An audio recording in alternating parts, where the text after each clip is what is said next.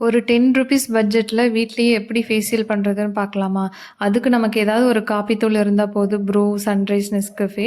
அந்த காப்பி தூள் வந்து கொஞ்சம் எடுத்துக்கோங்க. அந்த காப்பி தூள தென் வந்து சுகர் எவ்வளோ வேணுமோ அத போட்டுக்கோங்க. தென் லெமன் ஜூஸ் கொஞ்சம் புழிஞ்சு அத வந்து நல்லா மிக்ஸ் பண்ணிக்கோங்க. நமக்கு தண்ணியா இருக்கக்கூடாது. ஓரளவு கெட்டியா இருக்கணும். அத வந்து அந்த பேஸ்ட் எடுத்து நம்ம ஃபேஸ்ல, கழுத்துக்கு முன்னாடி, பின்னாடி அப்ளை பண்ணி நல்லா ஸ்க்ரப் பண்ணுங்க.